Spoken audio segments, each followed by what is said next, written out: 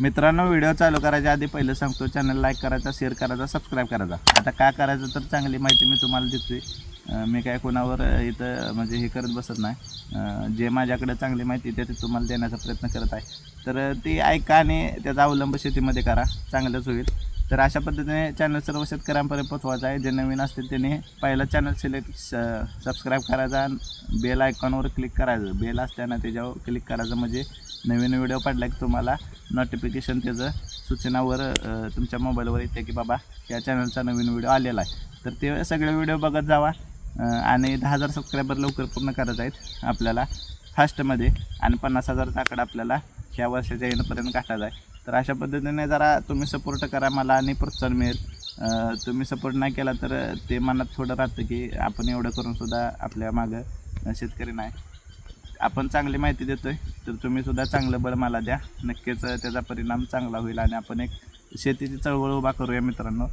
तुमच्या साथीनं, सगळ्यांच्या साथीनं चळवळ उभा करूया, जिथे शेतकऱ्यासाठी लढणारी माणसं असतील आणि शेतकऱ्याच्या सोबत असणारे असतील, ती शेतकऱ्याचा उद्धार करणारी माणसं असतील। तर व्हिडिओला आपण चालू करूया मित्रांनो।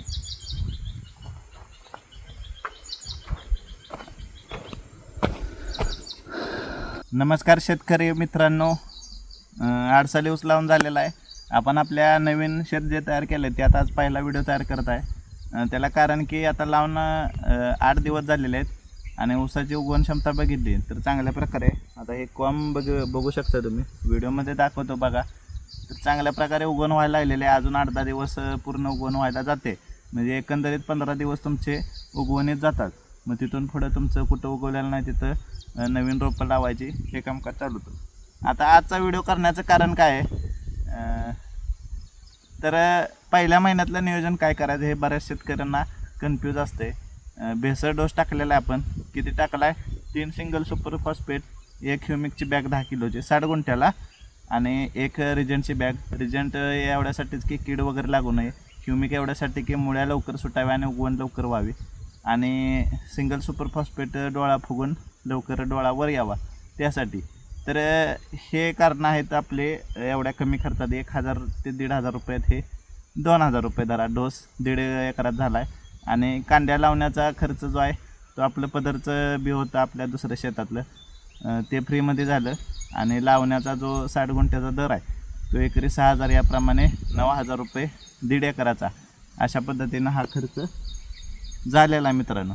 तर आता पहिल्या महिन्याचं नियोजन करण्यापूर्वी, सांगण्यापूर्वी तुमचं माझं शिवार चॅनलमध्ये सहर्ष स्वागत करतो। जे नवीन आहेत, जे नवीन बघणारे शेतकरी आहेत, त्याने आपला चॅनल लाईक करायचा आहे, शेअर करायचा आहे, सबस्क्राईब करायचा आहे, कळकळीची विनंती करतो। आणि जी माहिती मी पुढे सांगणार आहे, मागच्या व्हिडिओमध्ये मी सांगितलं की वही आणि पेन घेऊन बसा, कारण सारखं ते सांगण्यापेक्षा एकदाच तुम्ही जर लिहून ठेवलं, नोटबुकमध्ये लिहून ठेवलं, शेतीचं एक वेगळी वही करा, त्याच्यामध्ये हे नियोजन लिहून ठेवत जावा। पुन्हा त्या सगळ्या गोष्टी सांगण्याचे कारण ते काय, पहिलं व्हिडिओ मागं जातात आणि शेतकरी बघत नाहीत, नवीन व्हिडिओ बऱ्याच लोक बघत असतात, तर त्या पद्धतीनं आपण हा व्हिडिओ करत आहोत। तर पहिली आळवणी जी आहे, आता 3 आळवणी आपल्याला करायची, त्या जमलं तर तुम्हाला 2 तरी करा, 3 ज्यांना शक्य नाही त्याने 2 तरी करा, पण आळवणी करणं गरजेचं आहे मित्रांनो। आता पहिल्या आळवणीमध्ये काय करायचं आहे मित्रांनो, पहिल्या आळवणीमध्ये तुम्हाला 19-19-19 एकरी 1 किलो घ्यायचा आहे, आणि त्याच्यामध्ये ह्युमिक एकरी 1 लिटर घ्यायचं आहे। लिक्विडमध्ये तुम्हाला ह्युमिकची बॉटल मिळते, ज्याच्यामध्ये काळं लिक्विड असते, ती ह्युमिकची बॅग 1 लिटरची बाटली घ्यायची, आणि 1 किलो 19-19 एकरीचं प्रमाण आहे। मग त्याचे तुमचे 200 लिटरचा पंप करा आणि एकराला आळवणी सोडा, एकरी 200 लिटर तुमचं द्रावण हे गेलंच पाहिजे। जर जास्त असेल, आता माझं 1.5 एकर आहे तर 300 लिटर द्रावण लागणार आहे मला, तर त्या पद्धतीने नियोजन करा मित्रांनो। आता 19-19-19 का, तर NPK हे सम प्रमाणात मिळाल्यामुळे काय होतं, रोपाची वाढ तुमच्या फास्ट होत्या, किंवा उगवण जे आहे झालेले आहे तिथून ते फास्ट पळायला चालू होते, आणि पानं वगैरे काय होते ते लांबी रुंदी त्याची वाढायला चालू होत्या। त्यामुळे काय होते, मुळ्या वाढल्यामुळं नत्र वगैरे त्यात असते, त्यामुळे काय होते, तुमचं अन्न शोषून घेण्याचं प्रमाण चांगलं होते, आणि ह्युमिकमुळं साहजिक आहे, तुमचं ह्युमसमुळं काय होतं, जमिनीतील अन्नद्रव्य ऑफटेक करायचं काम चांगल्या प्रकारे करतं आणि मुळांची संख्या चांगली वाढवतं। तर हे झालं पहिल्या आळवणीचं। आता ही कधी करायचं आहे मित्रांनो, तर उगवण झाल्यापासून आता ऊस लावल्यापासून आता माझा 8वा दिवस आहे, अजून आठवड्यानं मी एक पाणी देणार आहे आणि त्याच्यानंतर मग आळवणी सोडणार आहे. तर 15व्या दिवशी ही आळवणी करायची आहे. 15व्या दिवशी किती 15व्या दिवशी. आणि नर्सरी जर लावली असेल तुम्ही तर पहिली आळवणी 3 ते 4 दिवसातच करायचं आहे. नर्सरी लावली की रान भिजवून घ्यायचं, रान भिजवली की लगेच पहिली आळवणी ही 19-19 आणि ह्युमिकची घालायची आहे. आणि ज्यांची कांडे आहे त्यांनी 15व्या दिवशी आळवणी घालायची आहे. जेवढं उगवलेलं आहे नाही उगवलेलं आहे ते 15व्या दिवशी फायनल करायचं आहे. आणि जिथं कोंब उगवलेलं नाही तो सांधायचा आहे, नवीन कोंब आणून तिथं लावायचा आहे. किंवा कोंब तुम्ही जर जादा लावलं नसते ते ऊस तर नर्सरीमधून एखादा ट्रे आणा तो त्यामध्ये लावून टाकायचा आहे, जमिनीमध्ये वल करायचे आहे आणि लगेच ती आळवणी सोडून द्यायचं आहे. त्यामुळे काय होतं, तुमचं रोप चांगल्या पद्धतीने सेट होते आणि त्याची वाढ चांगल्या पद्धतीने होते.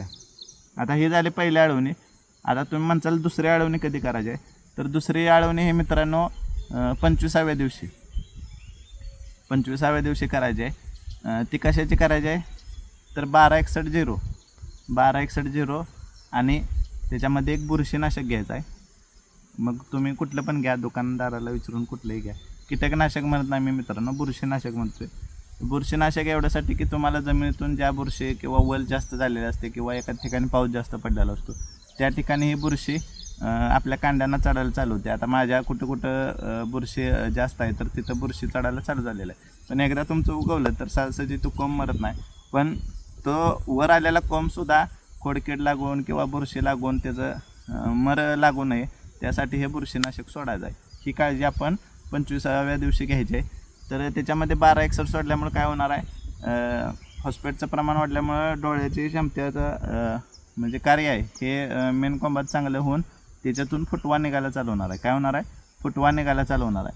आणि हा फुटवा निघाल्यानंतर काय होणार आहे, तुमचा जो जेटा कोंब आहे हा किंवा हा तुम्हाला दिसत असेल व्हिडिओमध्ये, ह्या जेटा कोंबाबरोबर तुमचे पुढे जाऊन हे फुटवे बरोबरीने वाढणार आहेत. त्यामुळे जेटा काढायची गरज तुम्हाला भासत नाही. शक्यतो जेटा काढू नका, त्याच्यावर मी वेगळा व्हिडिओ बनवतो. तर ही झाली दुसरी आळवणी. काय 1261 1 किलो एकरी आणि बुरशीनाशक 500 ग्रॅम एकरी, या अशा पद्धतीने हे प्रमाण घ्या. आता तिसरी आळवणी काय आहे मित्रांनो, तर तिसरी आळवणी याच्यामध्ये ही आता 25 दिवसांना दुसरी आळवणी सोडायची. आणि तिसरी आळवणी जी आहे ती 13-40-13 ही तुम्ही कुठेतरी ऐकलं असेल किंवा बघा तुम्ही दुकानात जाऊन ते गावते 13-40-13 सोडा. त्यामुळे काय होते, तुमचं फुटवा वाढतो. 40% त्याच्यात फॉस्फरस असल्यामुळे फुटवा वाढतो आणि 13% पोटॅशचं प्रमाण असतं. त्यामुळं तुमच्या कोंबाची जाडीसुद्धा चांगली राहते. तर ह्या 3 आळवणी करायच्या त्या. आता 13-40-13 बरोबर काय सोडायचं आहे, तर कीटकनाशक सोडायचं आहे. कुठलं सोडा तुम्ही, हमला सोडा, दुसरं काय असेल क्लोरोफॉर्म ज्याचा असतो त्याच्यामध्ये ते कीटकनाशक सोडायचं आहे. आता हे का सोडायचं आहे मित्रांनो तुम्हाला सांगतो. तिसरी आळवणी अतिशय महत्त्वाची आहे. आपण 2 आळवणी सोडूनसुद्धा जर जमिनीमध्ये आता यंदा पाऊस नाही, पावसाचं प्रमाण कमी आहे, जर हुमणी असेल तर हुमणी ही तुमच्या जमिनीमध्ये वाढायला चालू होते. ती जर ह्याच अवस्थेत आता अळी अवस्थेत असते, ह्या अळी अवस्थेत जर तुम्हाला थांबवायचे असेल तर मित्रांनो ही तिसरी आळवणी सोडणं गरजेचं आहे. 13-40-13 तर तुम्हाला बरोबर आहे की रोपाची वाढ समप्रमाणात होऊन त्याचं फुटवं चांगल्या प्रकारे निघणार आहे, ती जाडी कोंबाची चांगली वाढणार आहे. ही झाली त्यातली दुसरी बाब. पण जी हुमणी कंट्रोल करायची आहे तर त्याला क्लोरोफॉर्ममधलं कुठलं पण तुम्हाला कीटकनाशक त्यामध्ये वापरायचं आहे. ते कीटकनाशक तुम्ही 500 ml पर्यंत वापरू शकता किंवा पंपाला 70 ml असेल हे वापरू शकता किंवा 30 ml जे ज्या फॉर्ममधलं आहे कीटकनाशक त्याच्या मापाप्रमाणे ते वापरायचं आहे मित्रांनो. तर ह्या मित्रांनो 3 आळवणी महत्त्वाच्या आहेत त्या. आता पहिल्या आळवणी सोडताना तुम्हाला व्हिडिओ मी शॉर्टमध्ये टाकेन. तर ह्या 3 आळवणी तुम्ही जर व्यवस्थित केल्या तर जो पहिला संसार आहे 1 महिन्याचा ऊसाचा हा चांगल्या पद्धतीने सेट होतो मित्रांनो. काय होते, चांगल्या पद्धतीनं हे सेम आता नर्सरीला सुद्धा लागू आहे. फक्त नर्सरीचं काय होतं आहे, नर्सरी ऑलरेडी 40-45 दिवसाची असते. त्यामुळं सुरुवात ज्यावेळी लावतो आपण त्यावेळेपासून समजा 19-19ची फवारणी ही 3-4 दिवशी घ्यायची आळवणी. त्यानंतर लगेच 15व्या दिवशी तुमची दुसरी आळवणी घ्यायची आणि तिथून 25व्या-30व्या दिवशी ही तिसरी आळवणी घ्यायची. ह्या 3 आळवण्या मित्रांनो फार महत्त्वाच्या आहेत. तेवढं कष्ट घ्यायचं आहे. तुमचं रोप अतिशय चांगल्या पद्धतीने सेट होतं आहे, त्याला पाहिजे असा ताव मिळतो, पाहिजे अशी त्याची म्हणजे वाढ चांगल्या पद्धतीने होत्या. आणि आता हे बेसळ डोस कमी खर्चात आपण टाकल्यामुळे काय झाले, उगवण लवकर झाले आणि त्यात उष्णता चांगली असल्यामुळे आता आपण कांड्या कशात बुडवलेल्या नाही त्या किंवा बुरशीनाशक कीटकनाशक अजून आपण वापरलेलं नाही. आता पहिल्या आळवणीमध्ये आपण बुरशीनाशक वापरणार आहे, त्याचा फायदा आपल्याला चांगल्या प्रकारे होणार आहे. तर अशा पद्धतीने मित्रांनो ह्या ज्या 3 आळवण्या आहेत ह्या 3 आळवण्या तुम्ही सोडायचं आहे. म्हणजे चाल टाकायला करू नका, कारण 15व्या दिवशीची आळवणी 20व्या दिवशी सोडून उपयोग नाही, 25व्या दिवसाची महिन्यानंतर सोडून उपयोग नाही. आणि जे तिसरी आळवणी ही महिना पूर्ण झाल्यानंतर कधीही सोडा तुम्ही. शक्यतो एका 35 ते 40व्या दिवशी ही तिसरी आळवणी सोडायची आहे. तर हे झाल्यानंतर मी तुम्हाला पुढचं नियोजन सांगतो कशा पद्धतीने करायचं आहे. 1.5 महिन्यानंतर म्हणजे 60व्या दिवशी आपल्याला काय डोस टाकायचा आहे ते मी तुम्हाला व्हिडिओमध्ये सांगेन आणि तो कशा प्रकारे मोजवू शकतो आपण ते मी तुम्हाला व्हिडिओमध्ये सांगेन. तर आजची माहिती मित्रांनो कशी वाटली ते मला कमेंट बॉक्समध्ये कळवा. तुमच्याकडे पावसाची परिस्थिती कशी आहे? आमच्याकडे अजून पाऊसच नाही, नुसतं ढग येते जाते. बघू शकता तुम्ही पाऊस पडेना झाला आहे. त्याला कारण आपण आता त्याच्या वेगळा व्हिडिओ करू शकतो, पण लोक बघत नाहीत. गांभीर्याच्या गोष्टी बघितल्या पाहिजेत, त्या मनावर घेतल्या पाहिजेत आपण, तर त्याचा उपयोग होतो मित्रांनो. नाहीतर प्रॉब्लेम आहे सगळा. त्यामुळं पाऊस पडेल अशा आशा धरूया आपण, चांगल्या पद्धतीनं पडेल. काय झालं आहे मित्रांनो, ग्लोबल वॉर्मिंग एवढं वाढले, हाताच्या बाहेर आपल्या गेले. ह्याला कारणीभूत सरकार आणि ते 2% लोक आहेत जे विमानात बसून आपल्याकडे बघत असतात किड्या मुंग्यांसारखी. तर ह्या लोकांच्यामुळं आपल्यावर ही परिस्थिती आलेली आहे. तर जिथं पाऊस पडणार आहे तिथं नुकसान होणार आहे, जिथं नाही पडणार तिथंसुद्धा नुकसान होणार आहे. कारण अतिशय तीव्रतेचा पाऊस तिथं पडत असतो आणि अतिशय कमी दुष्काळासारखा पाऊस जिथं पडत नाही तिथं पडत असतो. त्यामुळं काय होतं आहे, सगळीकडूनच नुकसानीत शेतकरी जायला लागला आहे. उत्पादनाचा खर्च वाढायला लागला आहे, हजेरी वाढायला आली, रोजगारांची खतांचं भाव वाढायला आलं, दर चांगला नाही आणि सगळ्या गोष्टी होऊनसुद्धा निसर्गाची साथ नाही.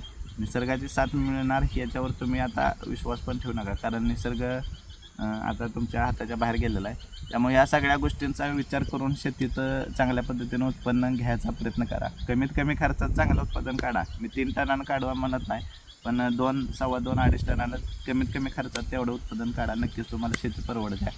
आणि भाजीपाला इतर पिकं घेणाऱ्यांनासुद्धा आव्हान आहे की कमी खर्चात चांगलं उत्पादन घ्या, जास्त खर्च बसू नका, कारण नुकसान जर झालं तर ते आपल्याला सोसायची ताकद पाहिजे.